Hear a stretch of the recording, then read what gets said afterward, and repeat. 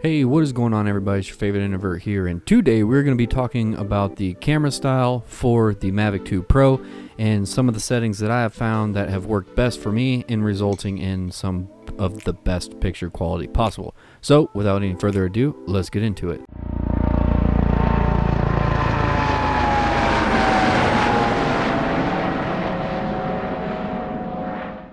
Alright, jumping right in, style is exactly that. It is style. It is your style and how you want your footage to turn out.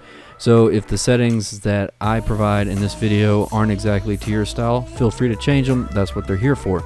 But these are some of the tips and tricks that I've learned throughout messing with the camera settings of the Mavic 2 Pro that have worked best for me, and I figured I would share them with you guys. So if you dig down into the camera settings and you click on the camera icon here, you can see that there is the style button there. You select that and it'll enter into the camera style settings. You can choose from your sharpness, contrast, and saturation. I find that the built-in settings for the Mavic 2 Pro are a bit excessive, meaning it's oversaturated, there's a lot of contrast, and just overall not the best picture that I want to grade. And again, the style portion of the settings, the style portion of the camera, it helps out in post-processing as well. It reduces the amount of time you have to spend in moving your sliders around to get the best picture out of it. This is sort of some settings that you can have baked into the camera already to where you know that the footage is going to come out great so long as you have your exposure set properly. So the settings that I find the best are to usually reduce the amount of sharpness.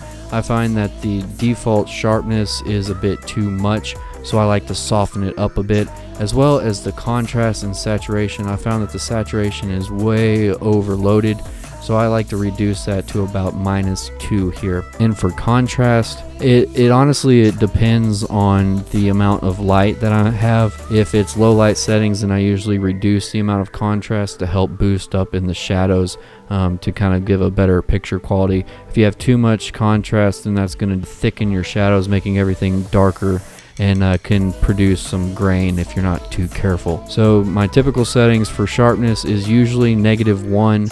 My contrast is -1 typically, and my saturation is -2.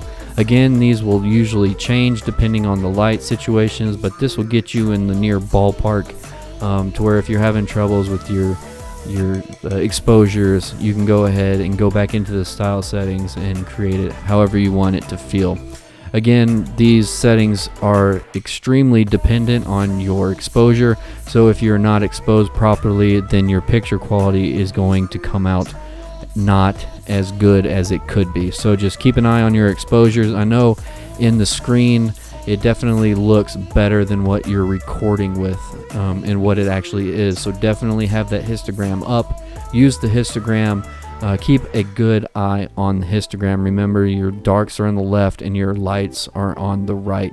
So you want to have a good contrast and separation. You don't want it too far on the left or too far on the right. You want it nice and centered to where you have, you're not messing with overexposures, and you're definitely not underexposing.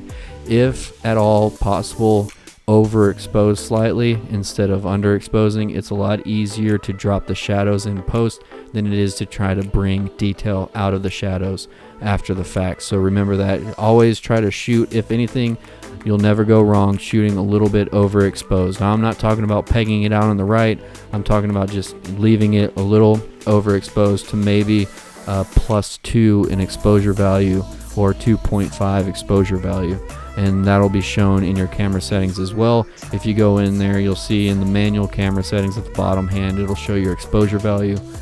Definitely keep that +2 or near +2. Overexposure is better than underexposure in most of these situations with these drones, because the sensors, I don't care how good DJI claims their sensors are, they are still small sensors, and they are not as powerful as these standard DSLR cameras. So always overexpose. There's almost like the Sony cameras. If you're familiar with the Sony Alpha A7 IIIs, those work best when you overexpose when you're shooting in a D-Log format.